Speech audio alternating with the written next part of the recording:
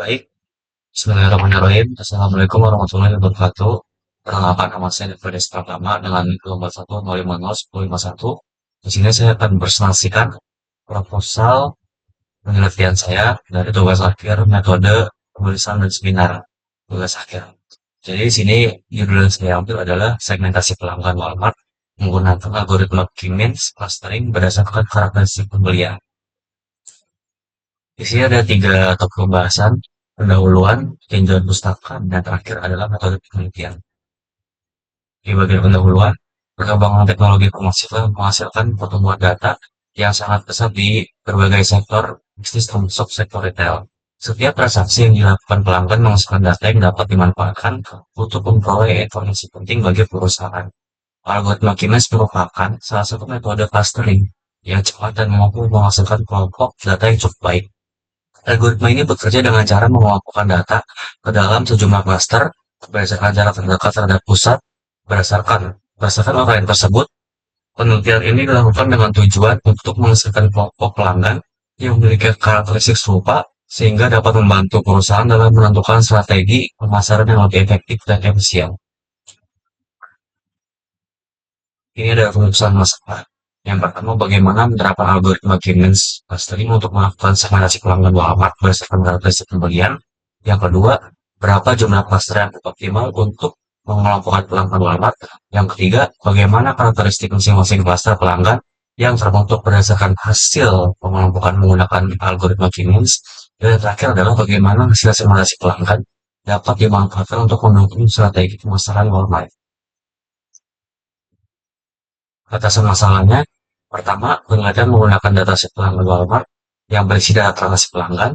Yang kedua, variabel yang digunakan dalam proses clustering meliputi age, purchase amount, creative discount applied, dan repeat customer.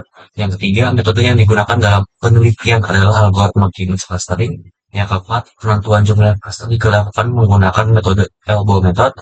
Yang kelima, penelitian hanya berfokus pada proses segmentasi pelanggan dan tidak membahas prediksi perilaku pelanggan di masa mendatang. Dan yang terakhir, hasil penelitian berupa kelompok pelanggan berdasarkan karakteristik kemudian memiliki. Next, ada tujuan penelitian. Yang pertama, menerapkan algoritma K-means clustering dalam melakukan segmentasi pelanggan Walmart. Yang kedua, menentukan jumlah cluster yang optimal berdasarkan karakteristik pembelian pelanggan. Yang ketiga, mengidentifikasi karakteristik pelanggan pada setiap cluster yang terbentuk. Dan yang terakhir, memberikan informasi yang dapat digunakan sebagai dasar pengambilan keputusan dalam strategi pemasaran. Nextnya, manfaat penelitian. Ada dua yang saya ambil, yaitu manfaat teoritis dan manfaat praktis. Manfaat teoritis yang pertama, membantu memahami karakteristik pelanggan secara lebih baik, membantu penyusunan strategi pemasaran lebih tepat sasaran, membantu peningkatan efektivitas promosi dan pelayanan pelanggan. Dan manfaat praktisnya adalah menambah referensi penelitian mengenai penerapan data ini khususnya metode clustering. Yang kedua, menjadi bahan pembelajaran dalam penerapan algoritma K-means pada data pelanggan. Yang ketiga, menambah pemahaman mengenai teknik data mining dan segmentasi pelanggan. Dan yang terakhir adalah mengembangkan kemampuan dalam pengolahan dan analis data menggunakan algoritma K-means.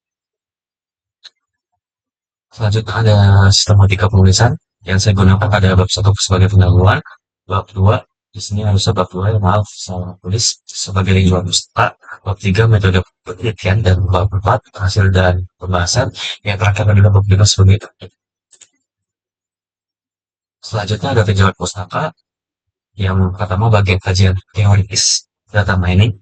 Data mining merupakan proses menemukan pola, hubungan, atau informasi tersembunyi dari sekumpulan data berurutan besar menggunakan teknik statistik machine learning yang berdasarkan. Yang kedua, segmentasi pelanggan. Segmentasi pelanggan adalah proses mengelompokkan pelanggan ke dalam beberapa kelompok berdasarkan karakteristik tertentu sehingga setiap kelompok memiliki kesamaan perilaku atau atribut. Yang ketiga, algoritma K-means clustering. K-means clustering adalah algoritma supervised machine learning yang berfungsi untuk mengumpulkan data tak berlabel ke dalam sejumlah klaster. Berdasarkan penelitian karakteristiknya, algoritma ini bekerja dengan mencari titik pusat sentroid terdekat untuk setiap titik data secara berurut. Dan terakhir adalah elbow method. K-means clustering adalah algoritma supervised. Ini adalah elbow method. Ini adalah perumusan hipotesis. Yang pertama, terdapat perbedaan karakteristik pembelian pada pelanggan Walmart yang dapat dikelompokkan menggunakan algoritma kimia clustering. Hipotesis kedua, algoritma kimia mampu menghasilkan segmentasi pelanggan yang jelas berdasarkan karakteristik pembelian pelanggan Walmart. Yang ketiga, variabel usia jumlah pembelian, rating, penggunaan diskon, dan status pelanggan berulang berkontribusi dalam pembentukan kluster pelanggan Walmart. Jangan pustaka, ini adalah penelitian terdahulu dan penelitian nasional. Ini penelitian terdahulu. Selanjutnya adalah metode KCM. Kita masuk ke bagian metode penelitian. Metode penelitian digunakan dalam penelitian ini adalah Cross Industry Standard Process for Data Mining atau CRISPR. Metode CRISPR dipilih karena merupakan salah satu standar proses data yang paling baik digunakan dalam penelitian maupun industri.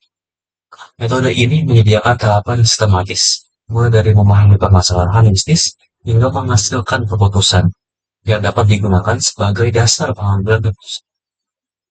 Penelitian ini bertujuan untuk melakukan segmentasi pelanggan Walmart berdasarkan karakteristik pembagian menggunakan algoritma Kiness clustering.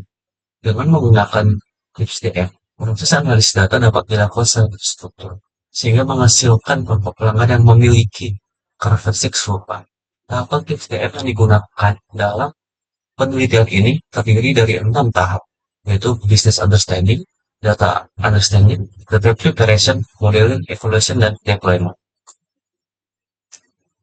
Ini adalah tahapan penelitian yang saya gunakan. Yang pertama ada identifikasi masalah. Di sini saya mengidentifikasi masalah terhadap Walmart. Yang kedua itu studi literatur. Saya mencari referensi dari penelitian terdahulu. Yang ketiga pengumpulan data. Saya mengumpulkan data dengan mencari data sekolah yang saya dapatkan dari Kaggle. Selanjutnya adalah pre-processing data. Pre-processing dilakukan untuk mempersiapkan data yang sebelum dilakukan proses clustering. Tahapan yang dilakukan diantaranya adalah mengecek adanya missing value dalam data, pengecekan data duplikat, transformasi dan kategori file menjadi numerik, dan normalisasi data jika memang diperlukan. Yang selanjutnya adalah seleksi variabel, dan yang terakhir adalah menentukan jumlah cluster yang ingin digunakan. Metode penelitian. Di bagian tahapan penelitian, yang pertama adalah proses clustering menggunakan K-means, data yang telah dipersiapkan kemudian diproses menggunakan algoritma K-means dengan jumlah cluster optimal yang diperoleh dari algoritma. Selanjutnya adalah melakukan analisis cluster. Setiap cluster dianalisis untuk mengetahui karakteristik pelanggan yang terdapat di dalamnya. Contoh karakteristik yang dianalisis adalah pelanggan yang memiliki pembelian tinggi, pelanggan yang sering menggunakan diskon, pelanggan loyal, dan pelanggan dengan tingkat kepuasan tinggi. Dan yang terakhir adalah penarikan kesimpulan. Tahap terakhir adalah menyimpulkan hasil segmentasi pelanggan dan memberikan segmentasi strategi pemasaran berdasarkan karakteristik masing-masing cluster. Selanjutnya adalah pengujian hipotesis. Pengujian hipotesis dilakukan untuk mengetahui apakah algoritma K-means mampu menghasilkan segmentasi pelanggan berdasarkan karakteristik pembelian yang dimiliki. Berdasarkan hipotesis yang sudah diuraikan sebelumnya, pengujian akan dilakukan melalui evaluasi jumlah cluster komponen algoritma, analisis karakteristik setiap cluster yang terbentuk, perbandingan nilai rata variabel pada masing-masing cluster, dan terakhir adalah interpretasi hasil segmentasi pelanggan. Ini adalah alat dan bahan yang digunakan: laptop Acer Retrofive, Google Colab, Drive.io, Microsoft Word, dan yang terakhir Microsoft Excel. Yang paling halus ini hardware, dan dari Google Colab sampai Excel adalah software. Ini adalah jadwal penelitian, mulai dari identifikasi masalah di bulan September, sampai yang terakhir adalah revisi dan finalisasi di bulan Januari. Di sini saya akan menjelaskan detail dari datasetnya. Dataset ini terdiri dari kolom customer ID yang berisi ID customer. Sebelumnya, di sini ada 12 kolom dan 5.000 baris. Yang pertama adalah kolom customer ID, yang isinya adalah ID dari customer Walmart. Yang kedua adalah Edge. Edge ini merupakan kolom yang berisi usia pelanggan Walmart. Yang ketiga adalah gender.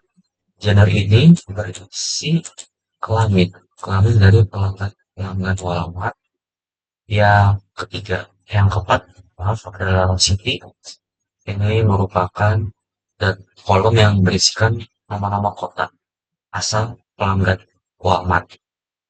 Selanjutnya adalah yang keempat, kategori. Kategori ini adalah produk yang dibeli oleh pelanggan Walmart.